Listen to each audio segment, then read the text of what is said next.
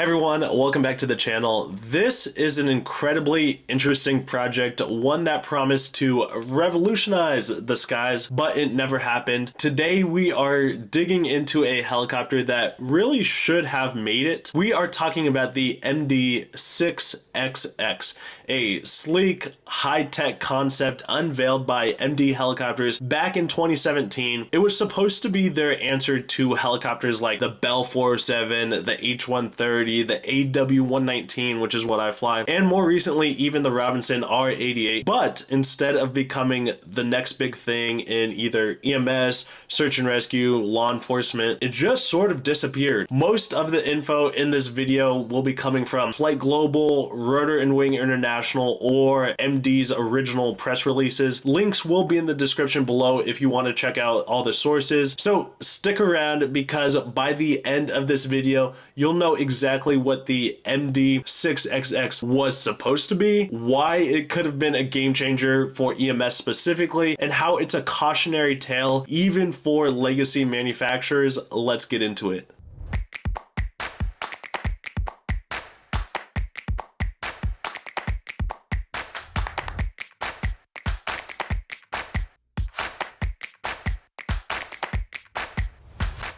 The MD-6XX was introduced at Heli Expo back in 2017. It was pitched as a single-engine, multi-mission helicopter targeted directly at EMS, utility, and law enforcement. It was also going to be a light attack option. The design had a max gross weight of about 5,500 pounds and seating for 8 people. It even stepped away from MD's signature no-tar design. Instead, it used a 4-bladed tail rotor. That may not sound dramatic, but it did mark a real pivot for MD. They were clearly trying to modernize, simplify, and go head-to-head with some of the bigger names. Performance-wise, this helicopter looked quite solid. It had a 140-knot cruise speed, 500 nautical mile range, and about 5 hours of endurance. That kind of profile is perfect for law enforcement, and that's perfect for the American helicopter air ambulance market. It was powered by a Rolls-Royce M250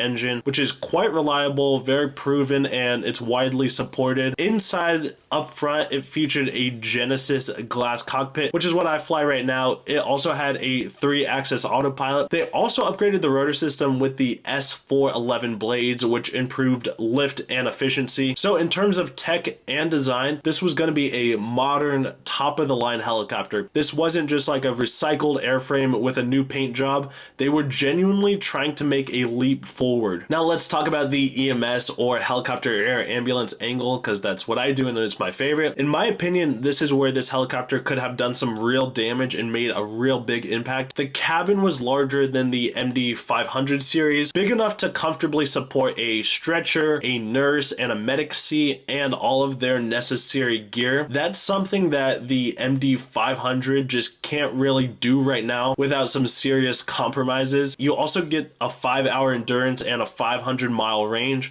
which means fewer refueling stops, more flexibility, and you can go a little bit further. Compared to other single-engine EMS platforms, the 6XX would have been right in line with the top of what's out there and the top of the competition. And strategically, this was a big deal for MD. They already have a very solid reputation in utility and military work, but EMS was the next logical step that they needed to get into. The 6XX could have filled a market gap between the smaller MD-500 and the much larger MD-902. It was a perfect competitor to the other single-engine helicopters in its class. Think like the 206, 407, A-Star, AS350, AW119, EC130. All of those, it's perfectly in line, but then you don't have to go as big as a multi-engine helicopter like the 135, the 145, or the 429. So what went wrong? Well, first, resources. MD was already swamped building the MD-530F,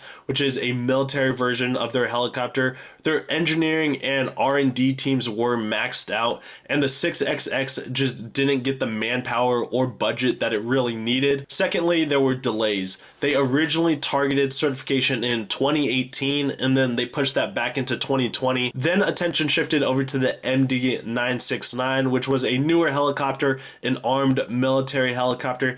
And once that shift happened, momentum for the 6XX pretty much vanished. Finally, there were some leadership changes. In 2020, CEO Lynn Tilton publicly said that the 6XX might be scrapped entirely in favor of a new clean sheet design. Since then, there's been really nothing, no updates, no public announcements, nothing at Heli Expo. The 6XX wasn't officially canceled that I can find. It just kind of went dark. So where does that leave it as it stands right now? Well, the full-scale mock-up still exists at MD's Mesa, Arizona facility, and some of the avionics and rotor technology might find their way onto newer platforms, but as a product, from what I can tell, the 6XX is gone. And that is super unfortunate because this could have been the first serious step for MD helicopters into the helicopter EMS market. It had a bigger cabin, a modern cockpit, a single engine footprint with some serious range and flexibility, and now we're not getting that. And I would have loved to fly this helicopter for helicopter air ambulance. I think it could have made a real dent, and it's just another reminder that even good ideas can fail if they're not properly supported. The MD6XX had the potential to carve out a real market. It could have helped EMS operators, and it could have been an incredibly important airframe without stepping up to the twin engine costs. It could have kept MD competitive in a market they've always been outside of, but it seems they have missed their shot. And there's one main lesson here. It's this: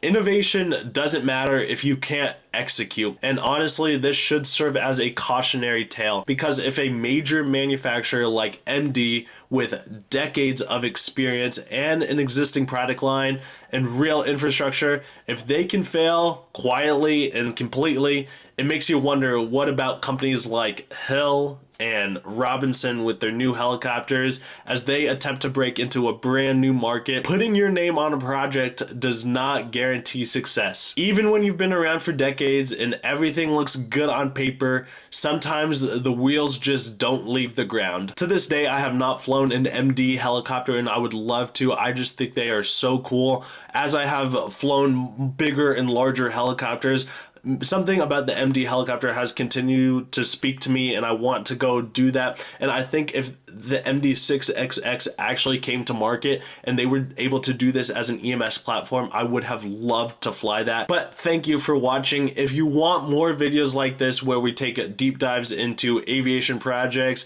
and things that maybe could have happened, hit that subscribe button, turn on the bell notification so you get notified every time I post a video, and I will see you on the next one. Take care.